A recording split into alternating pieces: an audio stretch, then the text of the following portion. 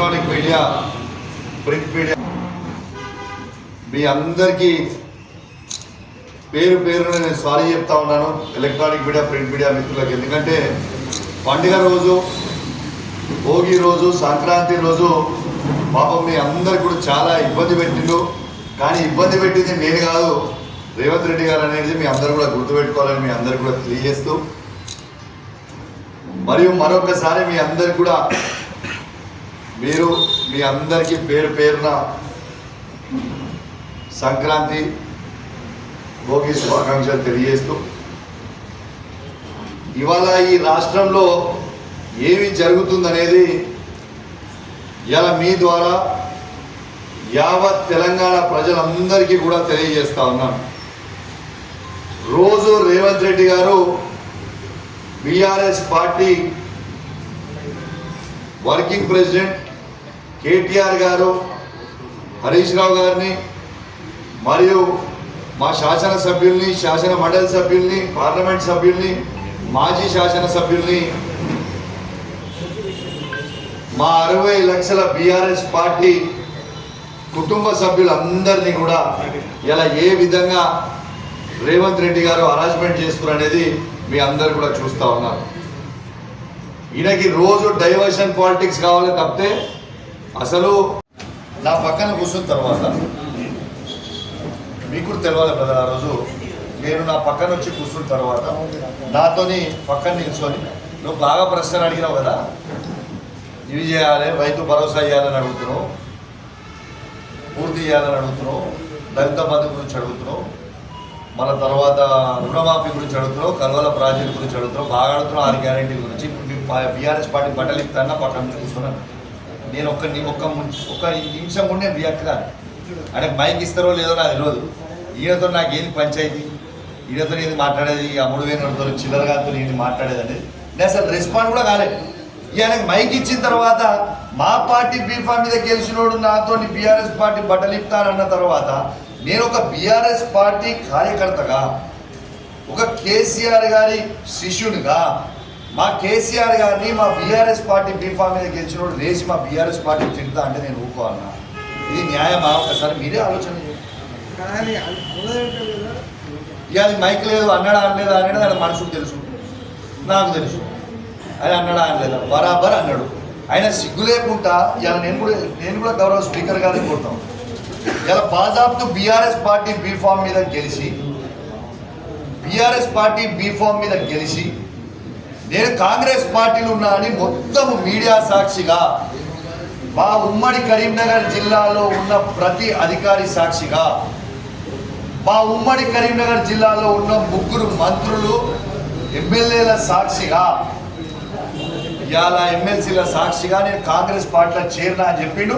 ఖచ్చితంగా సంజయ్ని డిస్క్వాలిఫై చేయాల్సిందే అని నేను స్పీకర్ గారిని కూడా రిక్వెస్ట్ చేస్తా ఉన్నాను. ఆల్రెడీ వాళ్ళ దగ్గర కంప్లైంట్ ఉంది.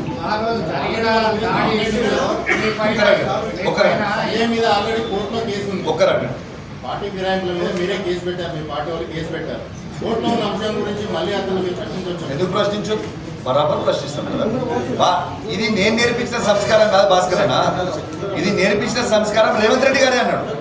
రేవంత్ రెడ్డి గారే లైవ్ ఏమన్నాడు, ఒక్క పార్టీ బీఫామ్ మీద గెలిచినోడు ఒక్కొక్క పార్టీలో జాయిన్ అయితే రిజైన్ చేయకుండా రాళ్లతోని కొట్టి చంపండి అని రేవంత్ రెడ్డి గారు అన్నారు, నేను అన్నది కాదు. సో రేవంత్ రెడ్డి గారు అన్నదే నేను ఇంప్లిమెంట్ చేసిన. ఇంకా నేను రాళ్లతో మిమ్మల్ని మంత్రులు ఎమ్మెల్యేలు బెదిరించారు, దాడి చేశారు అన్నారు కదా, మీరేమైనా కంప్లైంట్ చేస్తారా? రోజొక్కరి మీద కేసు పెట్టి ఇబ్బంది పెట్టడం ఏంది అని మేము అడుగుతాం. ఒక్కసారి మీరు ఆలోచన చేయండి. రేవంత్ రెడ్డి గారు మీరు ఇచ్చిన 6 గ్యారెంటీలు ఎటుపోయినాయి అని మేము అడుగుతా ఉన్నాం. ఇవాళ మా కేటీఆర్ గారి మీద మీరు కేసు ఎందుకు పెట్టిండు? ఎందుకంటే కేటీఆర్ గారు మిమ్మల్ని గట్టిగా నిలదీసి అడుగుతా ఉన్నాడు. మీరు ఇచ్చిన 6 గ్యారెంటీలు ఏమైనాయి అని కేటీఆర్ గారు గట్టిగా అడుగుతారు కాబట్టి కేసులు పెట్టి ఇబ్బంది పెట్టే ప్రయత్నం చేస్తూ ఉన్నారు. ఇలా మీరు హామీ ఇచ్చిన రైతు భరోసా ఇప్పటిదాకా మీరు ప్రభుత్వంకి వచ్చిన తర్వాత ₹1 కూడా ఇలా రైతు భరోసా కింద ఇవాళదాకా రైతులకు ₹1 కూడా ఈ ప్రభుత్వం ఇవ్వలేదు. మీరు ఎందుకు ఇస్తలేరు అని అడుగుతుంటే కేసులు పెడుతున్నారా?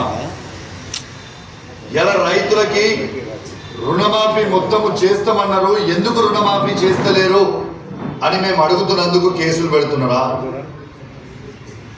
ఇవాళ కేసీఆర్ గారు ఉన్నప్పుడు అద్భుతమైన 24 గంటల ఫ్రీ కరెంట్ వస్తుండే, ఇవాళ ఎందుకు రైతులకి కరెంటు చక్కగా ఇస్తలేరు అని అడుగుతున్నందుకు కేసులు పెడుతున్నారా? దురదృష్టవశాత్తు ఎవరైనా రైతు చనిపోతే ఆ రైతు కుటుంబానికి రైతు బీమా అనే పథకం దినవారం తిరగకంటే ముందే 5 లక్షల రూపాయలు ఆ రైతు కుటుంబానికి పడి వాళ్ళకి ఆసనయ్యేటట్టు ఆనాడు కేసీఆర్ గారు పెట్టిండ్రు. అది మీరు చక్కగా ఇస్తలేరు, ఇవాళ ఎందుకు ఇస్తలేరు అని అడుగునేందుకు కేసులు పెడుతున్నారా? కేసీఆర్ గారు ఇచ్చిన కళ్యాణ లక్ష్మి 1,116 రూపాయలతో మీరు తులం బంగారం ఇస్తామన్నారు, ఆ తులం బంగారం ఎందుకు ఇస్తలేరు అని అడిగినందుకు కేసులు పెడుతున్నారా? కేసీఆర్ కిట్టు మగబిడ్డ పుడితే 12,000, ఆడబిడ్డ పుడితే 13,000, ఆ తల్లి బిడ్డల్ని ఇంటికాడ దింపిపోతారు కేసీఆర్ గారు ఉన్నప్పుడు. ఇవాళ ఎందుకు ఆ కేసీఆర్ కిట్ అనేది ఇస్తలేరని అడిగినందుకు కేసులు పెడుతున్నారా? తాతలకి అవ్వలకి న్యూట్రిషన్ కిట్ ఎందుకు ఇస్తలేరు అని అడిగినందుకు కేసులు పెడుతున్నారా? కంటి వెలుగు తాతలకు అవ్వలకి ఫ్రీగా కళ్ళు చెక్ చేయించి ఫ్రీగా సర్జరీ, అక్కకి ప్రతి చెల్లెకి 18 ఏళ్ళు దాటిన ప్రతి మహిళకి మీరు 2,500 రూపాయలు ఇస్తామని చెప్పిండ్రు. ఆ 2,500 రూపాయలు ఎందుకు ఇస్తలేరు ప్రతి మహిళకని అడిగితే కేసులు పెడుతున్నారా? దేనికి పెడుతున్నారు కేసులు అనేది మీరు చెప్పాలని మేము అడుగుతాం. ఇవాళ అసలు ఫార్ములా ఈ అనేది ఒక లొట్టపీస్ కేసుని తీసుకొచ్చి కేటీఆర్ గారి మీద పెట్టింది. అసలు వాట్ ఈస్ ఫార్ములా ఈ? మీ ద్వారా మొత్తము తెలంగాణ ప్రజలకు ఒకసారి తెలవాలి. అసలు ఫార్ములా ఈ అంటే ఏంది? ఫార్ములా ఈ అంటే ఎలక్ట్రిక్ కార్స్ది ఒక రేసింగ్ జరుగుతూ ఉంటుంది ప్రపంచవ్యాప్తంగా. ఈ రేస్ కోసము భారతదేశమే కాకుండా ప్రపంచవ్యాప్తంగా ఈ రేసు కోసము పోటీ పడుతూ ఉంటారు. మా రాష్ట్రంలో చేయాలా లేకుంటే మా దేశంలో చేయాలి అని రేసుల కోసం పోటీ పడుతూ ఉంటారు. అట్లాంటి రేసుని కేటీఆర్ గారు ప్రపంచవ్యాప్తంగా కొట్లాడి తీసుకొచ్చి వాళ్ళని కన్విన్స్ చేసి హైదరాబాద్కి తీసుకొచ్చి ఆ రేసుని తీసుకొచ్చి పెడితే ఇలా రేసు వెళ్ళిపోయేలాగా చేసిండు రేవంత్ రెడ్డి. అసలు రేవంత్ రెడ్డి గారు ఎంత తుగ్లక్ పాలన అంటే ఒక్కసారి మీకు క్లియర్గా చెప్తా. ఇలా ఫార్ములా ఈ అనేది హైదరాబాద్ వచ్చిన తర్వాత ప్రభుత్వ నిధుల నుంచి 40 కోట్ల రూపాయలు కట్టాం. స్పాన్సరర్ని గ్రీన్ కో అనే కంపెనీని స్పాన్సర్షిప్ పెట్టించి ప్రైవేట్గా 110 కోట్లు స్పాన్సర్షిప్ చేయించడం జరిగింది. దీంతో హైదరాబాద్కి కానీ తెలంగాణకు కానీ ఎంత లాభమైందో ఒక్కసారి మీ అందరు కూడా తెలవాలి కూడా చెప్తా ఉన్నాం. ప్రభుత్వం నుంచి మనం 40 కోట్ల రూపాయలు పెడితే డైరెక్ట్గా ప్రభుత్వ అకౌంట్లో 71 కోట్ల రూపాయలు డైరెక్ట్గా మన అకౌంట్లో పడ్డాయి, క్రెడిట్ అయినాయి. మీకు డైరెక్ట్గా మా మాజీ ఆర్థిక శాఖ మంత్రి వర్యులు హరీష్ రావు గారు మీ అందరికి కూడా చూపించడం జరిగింది. మరి 40 కోట్లు పెట్టిన ప్రభుత్వం నుంచి 71 కోట్లు పెడితే వస్తే లాభమైనట నష్టమైనట ఒక్కసారి మీరు అందరు కూడా ఆలోచన చేయండి. దీంతో పాటు నెల్సన్ సర్వే రిపోర్ట్, అదేదో మేం పెట్టింది కాదు, మేం చేసింది కాదు, ప్రపంచవ్యాప్తంగా నెల్సన్ సర్వే రిపోర్ట్ అనేది చేస్తూ ఉంటే వాళ్ళు అఫీషియల్గా రిపోర్ట్ ఇచ్చిర్రు. హైదరాబాద్ రాష్ట్రానికి, తెలంగాణ రాష్ట్రానికి హైదరాబాద్లో 700 కోట్ల రూపాయల లాభం ఇవాళ తెలంగాణ ప్రభుత్వానికి వచ్చింది, డైరెక్ట్గా ఇండైరెక్ట్గా అని చెప్పి. మరి ఈ రేసు వల్ల లాభమైనట్ట నష్టమైనట్ట అని చెప్పి నేను అడుగుతా ఉన్నాను. అసలు కేటీఆర్ గారిది బ్రాడర్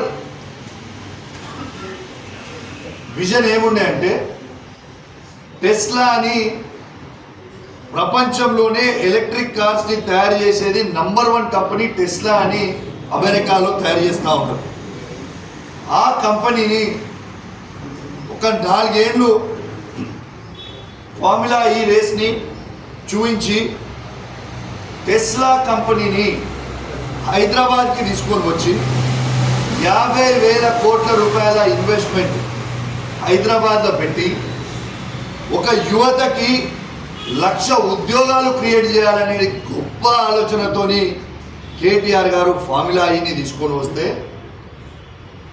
ఇలా ఫార్ములా ఈని రద్దు చేయించి ఇలా తెలంగాణలో ఉన్న యువతకి 100% రేవంత్ రెడ్డి గారు అన్యాయం చేసిండు అని చెప్పి సందర్భంగా చెప్పక తప్పదు అని చెప్పి సందర్భంగా తెలియజేస్తా ఉన్నారు. ఇలా రేవంత్ రెడ్డి గారి వ్యవహారం ఎట్లా ఉన్నదంటే